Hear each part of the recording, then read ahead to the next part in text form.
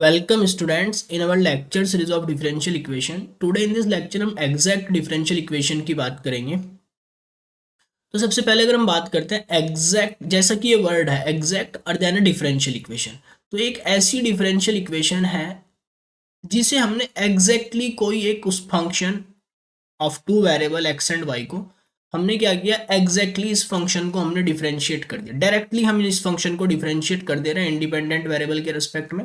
Both side इधर zero का zero हो जाएगा और अदर हम कोई चेंज नहीं कर रहे। ठीक है, अदर हमने कोई चेंज नहीं किया है। तो इस टाइप की जो डिफरेंशियल इक्वेशन है, एग्जैक्टली एक फंक्शन को हमने डिफरेंशिएट कर दिया डायरेक्टली। ठीक है, अदर कोई चेंजेस हमने नहीं किया है। तो अगर हम इस डिफरेंशियल इक्वेशन को देखेंगे तो इस डिफरेंशियल इक्वेशन को देखने से ही हमें आइडिया हो जाएगा कि ये एग्जैक्टली इस कर्व को, इस फंक्शन को डिफरेंशिएट करके बनी है। तो इस कॉल्ड एग्जैक्ट डिफरेंशियल इक्वेशन। जैसे फॉर एग्जांपल अगर मैं कहूँ एक्स एंड वाई, एक फंक्शन मैंने लिया यू एक्स इंटू वाई। ठीक है, अगर हम इसका डिफरेंशिएट करते हैं बाई पार्ट, अगर हम इसका डिफरेंशिएट करते हैं, इस फंक्शन को हमने बाई पार्ट डिफरेंशिएट किया तो क्या आता है, एक्स वाई का किया D Y by D X. Next time Y को एज इट इज रखा, एक्स का किया, एक्स का वन हो गया इज इक्वल्स टू, अगर मैं इसके इक्वल कोई सम कांस्टेंट टेक करता हूँ तो कांस्टेंट का क्या हो गया, जीरो। तो अगर मैं इस डिफरेंशियल इक्वेशन पे ध्यान दूंगा, ये फर्स्ट ऑर्डर फर्स्ट डिग्री की डिफरेंशियल इक्वेशन है, तो यहाँ से क्लियर दिख रहा है कि ये बाई पार्ट इंटीग्रेशन है इस फंक्शन का। एक्स एज इट इज रखा, वाई का किया, next time Y as it is रखा, एक्स का किया। तो इस डिफरेंशियल इक्वेशन को देखने से आइडिया लग रहा है कि ये एग्जैक्टली इस फंक्शन को, इस कर्व को डिफरेंशिएट करके बनी है। ठीक है, अदर हमने कोई मॉडिफिकेशन, अदर कोई चेंज, किसी की मल्टीप्लाई, कुछ सब्सट्रैक्ट, कुछ डिवाइड नहीं दिया है, डायरेक्टली हमने एक फंक्शन को डिफरेंशिएट किया है। तो अगर इस टाइप की हमारे पास कोई डिफरेंशियल इक्वेशन है तो इसको कॉल्ड देना एग्जैक्ट डिफरेंशियल इक्वेशन। ठीक है, तो इसकी पहचान क्या है, हम कैसे पहचानेंगे। हर बार तो हम ऐसे डायरेक्टली देख भी नहीं पाएंगे, ऑब्जर्व भी नहीं कर पाएंगे। तो बहुत छोटा सा एग्जांपल था कि हमने ऑब्जर्व कर लिया कि ये एक्स वाई का डिफरेंशिएट है। ठीक है, तो इसके लिए हमारे पास कुछ हमारे पास नेसेसरी कंडीशंस हैं, कुछ सफिशिएंट कंडीशन है जिसे हम डिफरेंशियल इक्वेशन पे टेस्ट करेंगे। अगर वो होल्ड होती है then differential equation is called exact. ठीक है, अदरवाइज एग्जैक्ट नहीं है तो फिर आगे हम पढ़ेंगे कि उसे हम एग्जैक्ट में रिड्यूस भी कर सकते हैं। ठीक है, तो एग्जैक्ट डिफरेंशियल इक्वेशन की अगर हम बात करते हैं, अ डिफरेंशियल इक्वेशन, डिफरेंशियल इक्वेशन, फिलहाल हम फर्स्ट ऑर्डर फर्स्ट डिग्री में बात कर रहे हैं। और एग्जैक्ट हम हायर ऑर्डर में भी एग्जैक्ट की बात करेंगे। फिलहाल यहाँ पे फर्स्ट ऑर्डर फर्स्ट डिग्री चल रहा है। A differential equation of first order and a first degree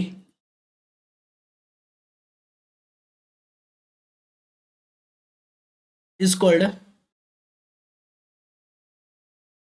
a differential equation of a first order and first degree of the form, of the form, इस फॉर्म की हमारे पास first order first degree की कोई differential equation है, M D x plus N D Y is equals to zero, where M and N are some function of X X and Y. Wear यहाँ पे जो आपके एम एंड एन है are some function of a x and y. ये आपके x and y independent variable के कुछ functions हैं। तो इस फॉर्म की डिफरेंशियल इक्वेशन को हम कहेंगे exact, is set to be exact. The differential equation of first order and first degree of the form is set to be exact.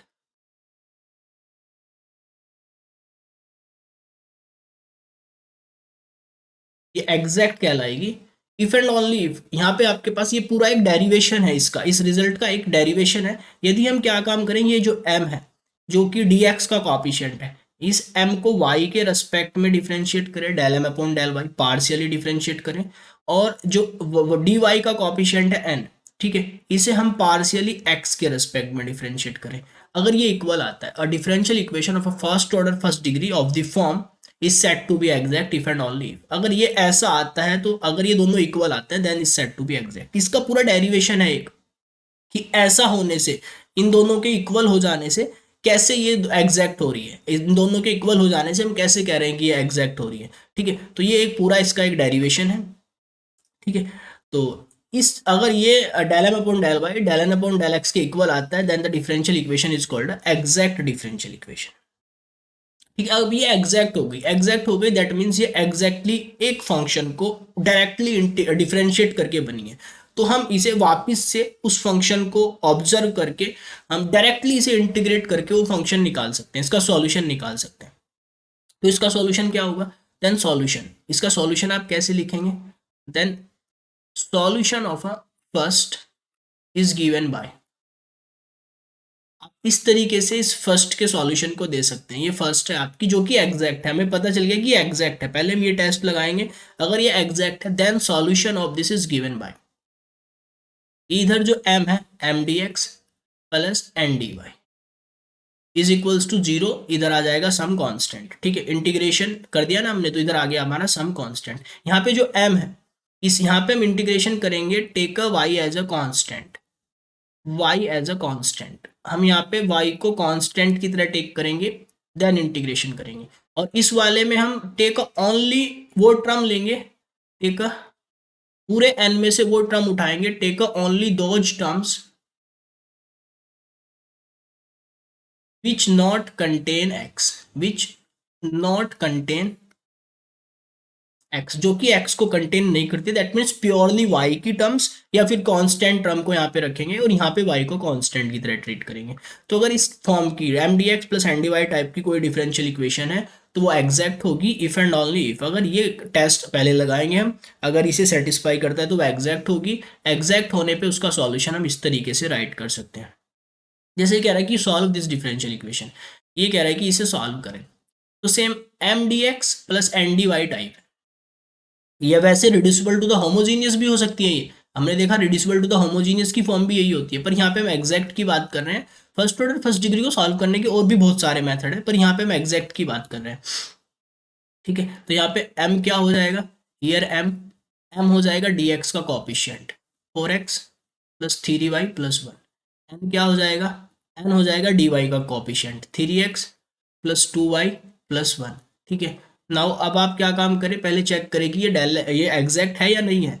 जो आपका m है उसे y के रेस्पेक्ट में पार्शियल डिफरेंशिएट किया, y के रेस्पेक्ट में किया तो 3 आ गया, एंड जो n है n को x के रेस्पेक्ट में पार्शियल डिफरेंशिएट किया, ये भी 3 आ गया, दोनों इक्वल आ रहे हैं, del M upon del Y और del N upon del X equal आ रहा है। तो इट्स इम्प्लाइज कि जो गिवन डिफरेंशियल इक्वेशन है, given differential equation is exact.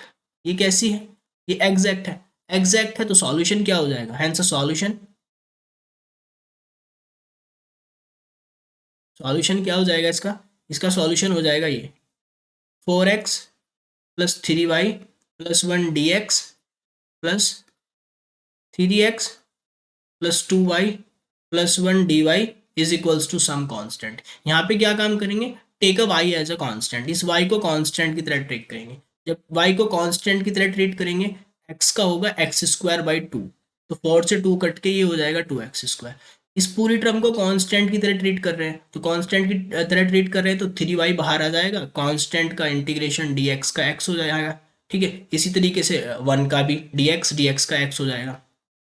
यहाँ पे take only those term which not contain x, जो कि एक्स को कंटेन नहीं करती, इसमें तो एक्स है तो इसे छोड़ देंगे, तो केवल और केवल इसका होगा 2y प्लस 1 का होगा, 2y का हो जाएगा y² और 1 का मतलब कि dy का हो जाएगा y इज इक्वल्स टू सी।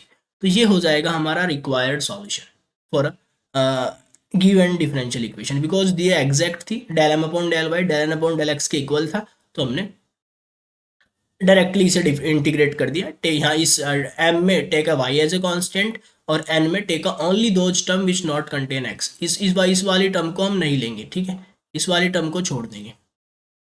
ठीक है, इस वाली टर्म को छोड़ देंगे, यहाँ पे take a only those term which not contain x, जो कि x को कंटेन नहीं करती है, प्योरली y और कांस्टेंट टर्म को लेंगे। ठीक है, इसी तरीके से जैसे ये कह रहा है सॉल्व दिस डिफरेंशियल इक्वेशन, तो यहाँ पे अगर आप बात करते हैं, यहाँ पे हमारा जो m है, m क्या है, e to the power y plus 1 cos x. ठीक है, ये m है, n क्या है यहाँ पे, n है e to the power y sine x, ये आपका n है। ठीक है, तो फर्स्टली तो आप यही काम करें कि ये एग्जैक्ट है या नहीं है, ये टेस्ट कर लें, del M upon del y ये चेक कर लें, m का y के रेस्पेक्ट में किया, जब y के रेस्पेक्ट में करेंगे तो ये पूरा कांस्टेंट है, इसका होगा e to the power y का e to the power y cos x, ये आ जाएगा।